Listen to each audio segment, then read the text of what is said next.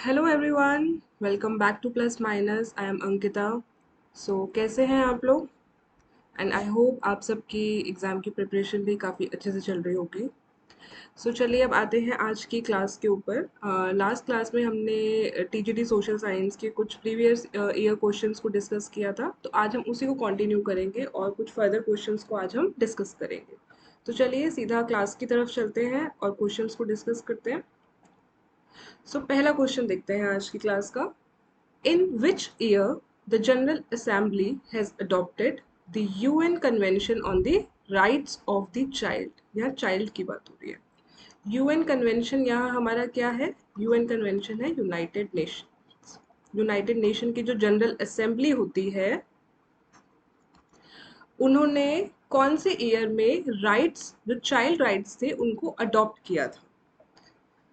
इसके ऑप्शंस देख लेते हैं। ए 2000, बी 1930, सी 1999 एंड डी 1989। कौन से ईयर में यूनाइटेड नेशन जनरल असेंबली ने ये कन्वेंशन को अडॉप्ट किया था, राइट्स ऑफ द चाइल्ड? तो इसका करेक्ट आंसर होगा डी। उन्होंने अडॉप्ट किया था 1989 में। ठीक है, इसकी थोड़ी सी एक्सप्लेनेशन देख लेते हैं। तब क्या था, जो हमारा ये 20th सेंचुरी का टाइम था ना, तो जो डेवलप्ड इकोनॉमीज थी वो काफ़ी इंडस्ट्रियलाइज्ड हो रही थी। इंडस्ट्रियलाइजेशन उस टाइम पे बहुत पेस से, बहुत स्पीड अप से बढ़ रहा था, बहुत रैपिड इंडस्ट्रियलाइजेशन हो रहा था। इंडस्ट्रीज बहुत सेटअप हो रही थी। इसकी वजह से आप ये कह सकते हो कि जो चाइल्ड लेबर था वो बहुत बढ़ गया था। डेवलप्ड इकोनॉमीज में ही बहुत ज़्यादा बढ़ गया था चाइल्ड लेबर। बच्चों से काम कराया जाता था, और आप ये कह सकते हो कि बड़ों के साथ साथ बच्चे भी बहुत अनहाइजीनिक जगह पर और बहुत ही डेंजरस प्लेसेस पे वहाँ पे काम करते थे। उनको प्रोटेक्ट करने के कोई स्टैंडर्ड नहीं थे। कोई स्टैंडर्ड नहीं थे जिनके थ्रू उनको प्रोटेक्ट किया जा सके। ऐसा कोई लॉ तब तक पास नहीं हुआ था, कोई स्टैंडर्ड्स नहीं थे। ये देखते हुए उन बच्चों के राइट्स को आप ये कह सकते हो कि उन बच्चों के राइट्स को कि उनको प्रोटेक्ट किया जा सके, उसके लिए कुछ मिनिमम स्टैंडर्ड्स को सेट किया गया। और इसी को देखते हुए यूनाइटेड नेशन जनरल असेंबली ने 1989 में इस कन्वेंशन को अडॉप्ट किया, राइट्स ऑफ द चाइल्ड को, कि बच्चों के जो राइट्स हैं उनको बेटर प्रोटेक्ट किया जा सके और उनकी नीड्स को और ज़्यादा समझा जा सके। चलिए नेक्स्ट क्वेश्चन देखते हैं।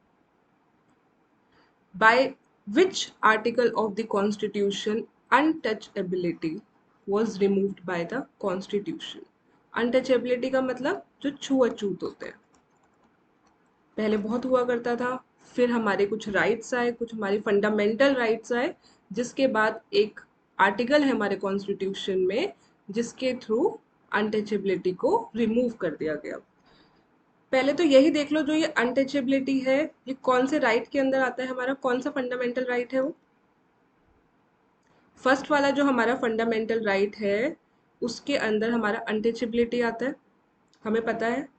ठीक है, कहाँ से कहाँ तक होते हैं वो? 14 से हमारे 18 तक होते हैं।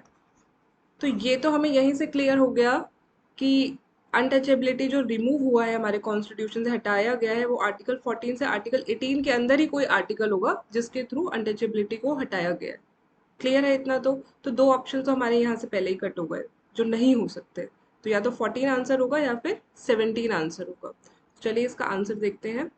आर्टिकल 17 इसका करेक्ट आंसर है।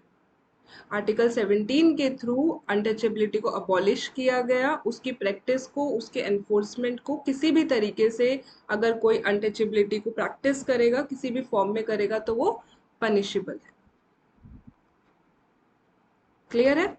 तो अनटचेबिलिटी को किस आर्टिकल से हटाया गया? आर्टिकल 17 से। तो हमारा आर्टिकल 14 क्या कहता है? आर्टिकल 14 हमारा कहता है इक्वालिटी बिफोर लॉ। जब हमने अब इतना देखा है तो बाकी के जो बचे हुए दो ऑप्शन हैं उनको भी देख ही लेते हैं। आर्टिकल 19 और आर्टिकल 21। आर्टिकल 19 हमारा क्या कहता है? आर्टिकल 19 हमारा रिलेटेड है राइट टू फ्रीडम से। क्लियर है? और आर्टिकल 21 हमारा किससे रिलेटेड है? राइट टू लाइफ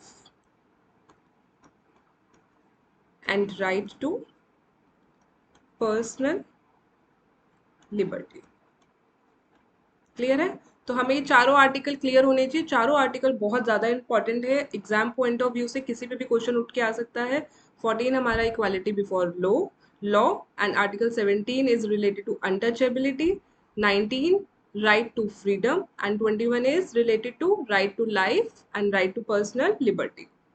चलिए नेक्स्ट क्वेश्चन देखते हैं। व्हाट इज मूज? ये हमारा जो क्वेश्चन है ये ज्योग्राफी का क्वेश्चन है। मूज किसे कहते हैं?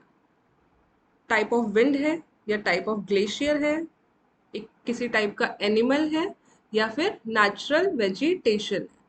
तो जो मूज होता है ना, ये आप डियर होते हैं हमारे, डियर की फैमिली से बिलोंग करता है। किसकी फैमिली से बिलोंग करता है? डियर की फैमिली से बिलोंग करता है। तो यहीं से आंसर तो हमें क्लियर हो गया कि डियर की फैमिली से अगर बिलोंग करता है तो ये क्या होगा? एक टाइप का एनिमल है। ये डियर की फैमिली का सबसे, ये कह सकते हो आप, लार्जेस्ट मेंबर है। कहाँ रहते हैं ये? जहाँ पे सीजनल स्नो होती है, थोड़ा ठंडा इलाका जहाँ होता है ना, वहाँ पे जो ये मूव होते हैं ये हमें मिलेंगे। मेनली ये जो हमें मिलते हैं यूएस में मिलते हैं, कनाडा में मिलते हैं, यूरोप में मिलते हैं, मतलब नॉर्थ अमेरिका या फिर जो यूरोप वाला पार्ट है, वहाँ जो वहाँ का कोल्डर क्लाइमेट वाला पार्ट है, वहाँ पे हमें जो मूव्स है वो मिलते हैं। नॉर्थ अमेरिका में इन्हें मूव्स कहते हैं, लेकिन अगर हम यूरोप की बात करें तो इनको किसी और नाम से जाना जाता है। ये पॉइंट बहुत ज़्यादा इम्पॉर्टेंट है। यूरोप में इन्हें यूरेशियन एल्क कहा जाता है। इसको इम्पोर्टेंट मार्क कर लो, क्योंकि अगर एग्जाम में ये मूस के तरीके से पूछा गया है तो यूरेशियन एल्क के तरीके से भी कभी भी पूछा जा सकता है। तो हमें पता होने चाहिए इसके दोनों नाम के बारे में और कौन से एरिया में ये पाए जाते हैं। चलिए नेक्स्ट क्वेश्चन देखते हैं जी। नेशनल अर्बन लाइवलीहुड मिशन, ये जो स्कीम है एक national urban livelihood mission, was launched in which of the following 5 year plan? कौन से 5 year प्लान में ये वाली जो स्कीम है इसको लॉन्च किया गया था? 11th, 13th या 10th या 12th, कौन से 5 year प्लान में? पहले तो यही देखो, जो 5 year प्लान है प्लानिंग कमीशन के थ्रू, प्लानिंग कमीशन इनको बनाता था। अब प्लानिंग कमीशन को रिप्लेस कर लिया गया है।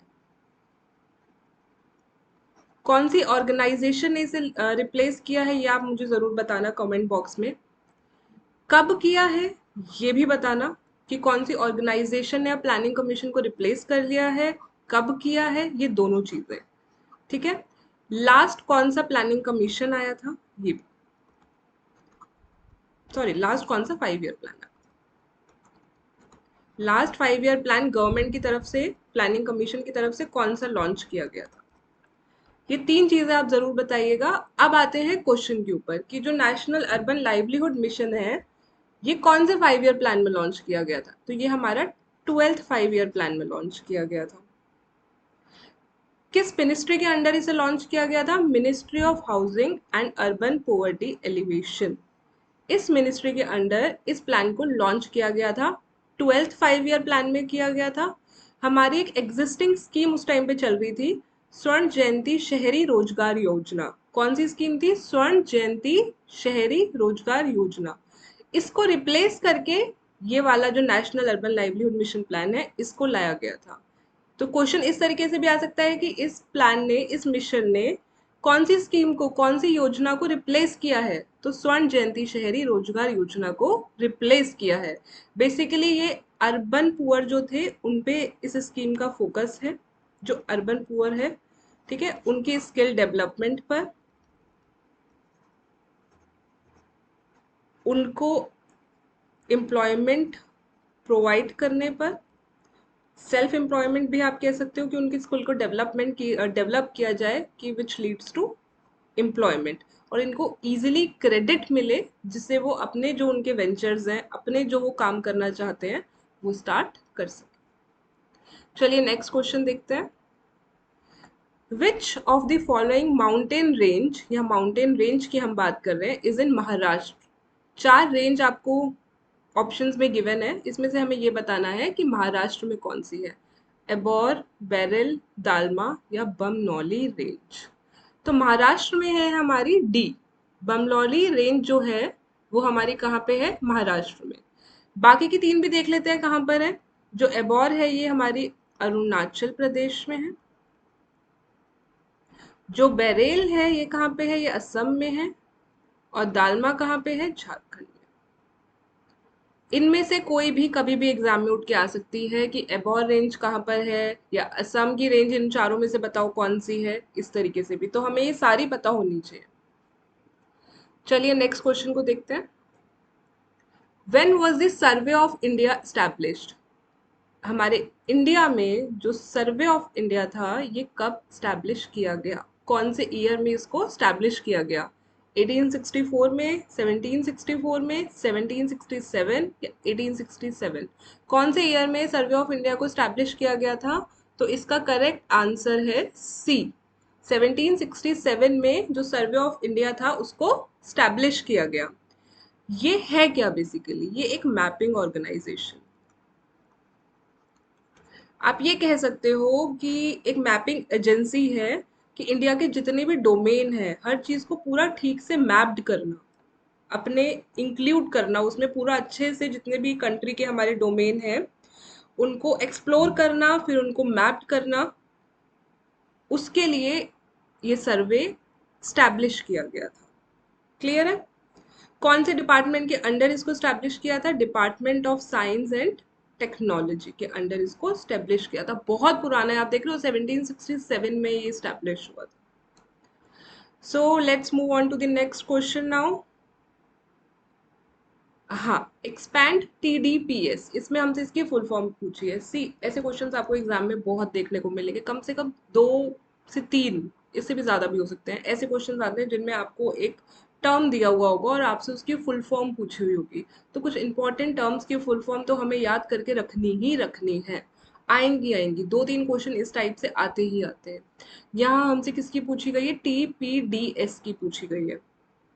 टीपीडीएस की फुल फॉर्म होती है, मैं आपको बता ही देती हूँ, ये होती है D, targeted public distribution system. क्या होती है? Targeted public distribution system. पहले हमारा सिर्फ पब्लिक डिस्ट्रीब्यूशन सिस्टम था, उसके बाद उसको रिप्लेस किया गया और आया क्या, कौन सा सिस्टम आया? टारगेटेड पब्लिक डिस्ट्रीब्यूशन सिस्टम आया। ठीक है, कब ये लॉन्च हुआ था ये सिस्टम? ये आया था हमारा 1997 में। पहले पीडीएस था, पब्लिक डिस्ट्रीब्यूशन सिस्टम, उसको रीलॉन्च करके कौन सा आया? TPDS, targeted public distribution system आया। इसमें बेसिकली करा क्या गया है, जो इस डिस्ट्रीब्यूशन सिस्टम का फोकस है ना, ये पुअर पर होता है। किस पे फोकस है इनका? पुअर पे। जो फूड ग्रेन्स की डिलीवरी करते हैं, बस ये सिस्टम हमारा उसी पे फोकस करता है। तो इन्होंने मेन अपना फोकस पुअर पे रखा कि उनका आइडेंटिफिकेशन बहुत प्रॉपर तरीके से हो कि कौन जो है वो बिलो पॉवर्टी लाइन है और कौन जो है वो अबव पॉवर्टी लाइन है, और उस बेसिस पे उसके बाद उनको फूड ग्रेन्स की डिलीवरी होगी। रोल पीडीएस का और टीडीपीएस का काइंड ऑफ सेम था, बट जो इन्होंने और ज्यादा फोकस किया वो किस पे किया? टीडीपीएस ने बीपीएल पे, बिलो पॉवर्टी लाइन जो पुअर थे। क्लियर है? चलिए आगे देखते हैं। नेक्स्ट क्वेश्चन, ये क्वेश्चन बहुत, इसे तो इंपॉर्टेंट मार्क कर लो, इंपॉर्टेंट क्वेश्चन है।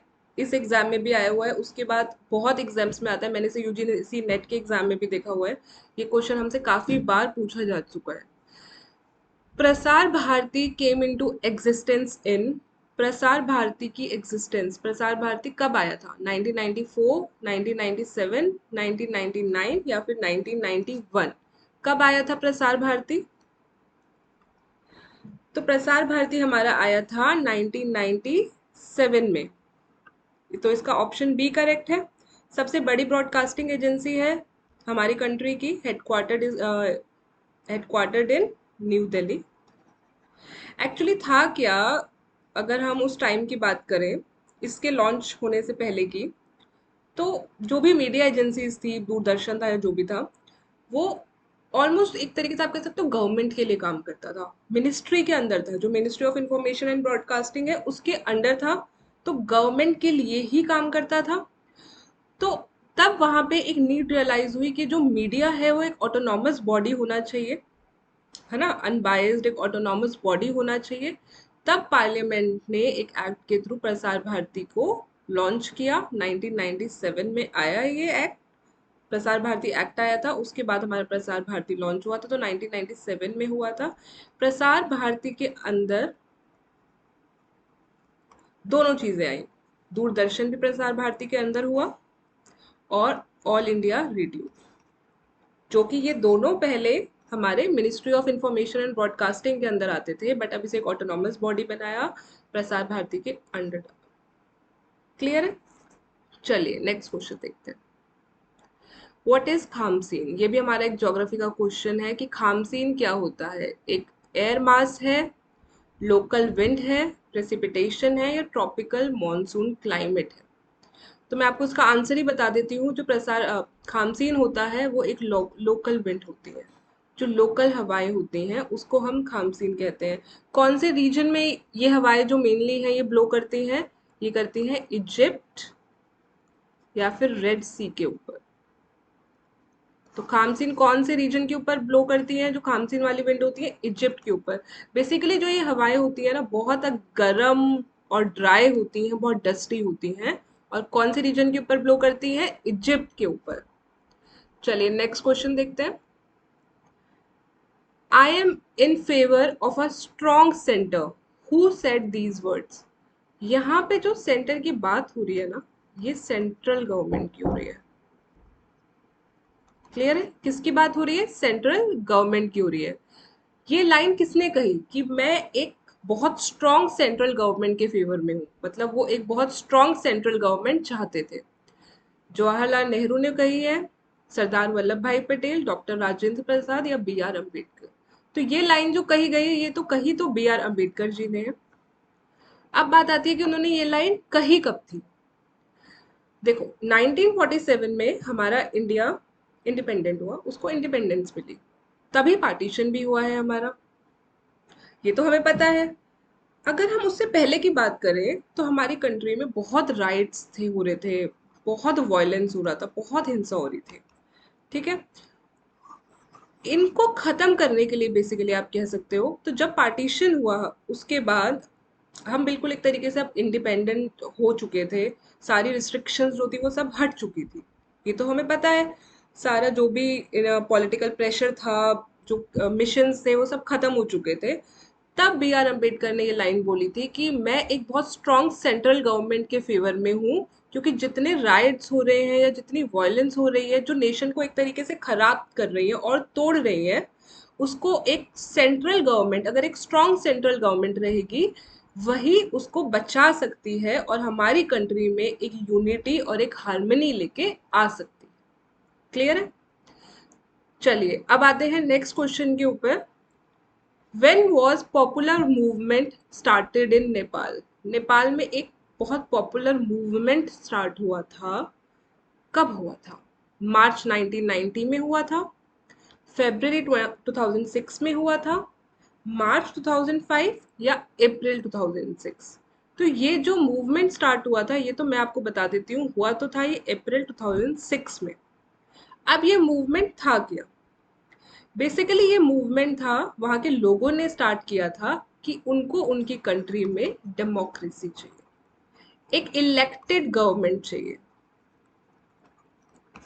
उसके लिए इन्होंने एक बहुत पॉपुलर मूवमेंट को स्टार्ट किया। इस मूवमेंट को हम और भी बहुत नाम से जानते हैं, क्योंकि एग्जाम में वर्ड्स को थोड़ा चेंज करके क्वेश्चंस भी बड़े बन जाते हैं। तो इस मूवमेंट के हमें दूसरे नाम भी पता होने चाहिए, कि कभी हमें एग्जाम में उस तरीके से क्वेश्चन दिखे तो हमें पता होना चाहिए कि हमने तो ये पढ़ा हुआ है। इसे डेमोक्रेसी मूवमेंट भी कहते हैं, जन आंदोलन टू भी कहते हैं, पीपल्स मूवमेंट भी कहा जाता है। तो किसी भी नाम से हमें क्वेश्चन दिखे तो हमें पता होना चाहिए कि पॉपुलर मूवमेंट की ही बात हो रही है।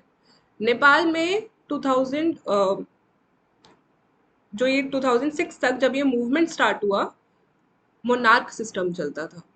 ठीक है? वहाँ के किंग हुआ करते थे, वहाँ डेमोक्रेसी तो थी नहीं।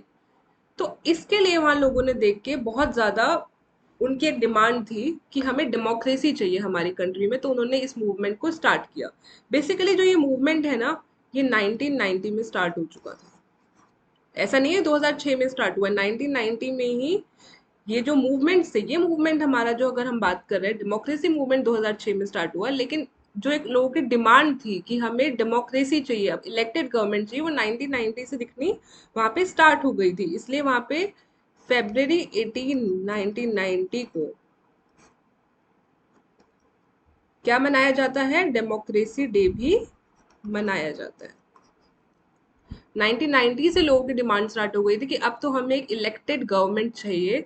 2006 में उन्होंने ये मूवमेंट स्टार्ट किया।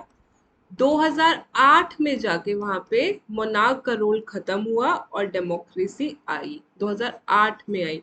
2008 में जो था वहां पे कॉन्स्टिट्यूशन प्रिपेयर किया गया। क्लियर है? ये बहुत इंपॉर्टेंट क्वेश्चन है। अब आई होप हमें क्लियर हो गया होगा। तो चलिए नेक्स्ट क्वेश्चन देखते हैं। What is the full form of NRSA? देखो एक और फुल फॉर्म पे क्वेश्चन आया हुआ है, सेम पेपर में से मैंने ये दोनों क्वेश्चंस उठाए हैं। तो NRSA की फुल फॉर्म क्या है?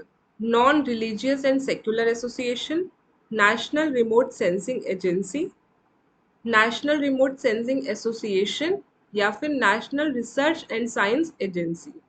तो NRSA की फुल फॉर्म है सेकंड, इसका करेक्ट ऑप्शन है B, national remote sensing agency है ये। किसके अंडर स्टैब्लिश हुई है? Department of science and technology के अंडर इसको स्टैब्लिश किया गया। कब स्टैब्लिश किया गया है? 1974 में इसे स्टैब्लिश किया गया था। मेन ऑब्जेक्टिव इसका यही था कि जितनी भी हमारी कंट्री में रिपोर्ट सेंसिंग एक्टिविटीज होती है उनको अंडरटेक करना, उनको फैसिलिटेट करना। इस चीज को देखते हुए इस एजेंसी को स्टैब्लिश किया गया था। इसी के साथ और इसी से रिलेटेड दो और इम्पोर्टेंट फुल फॉर्म भी देख लो, ये आप लिख सकते हो या इसका स्क्रीनशॉट ले सकते हो, बहुत इंपॉर्टेंट है, एग्जाम में कभी भी पूछी जा सकती है।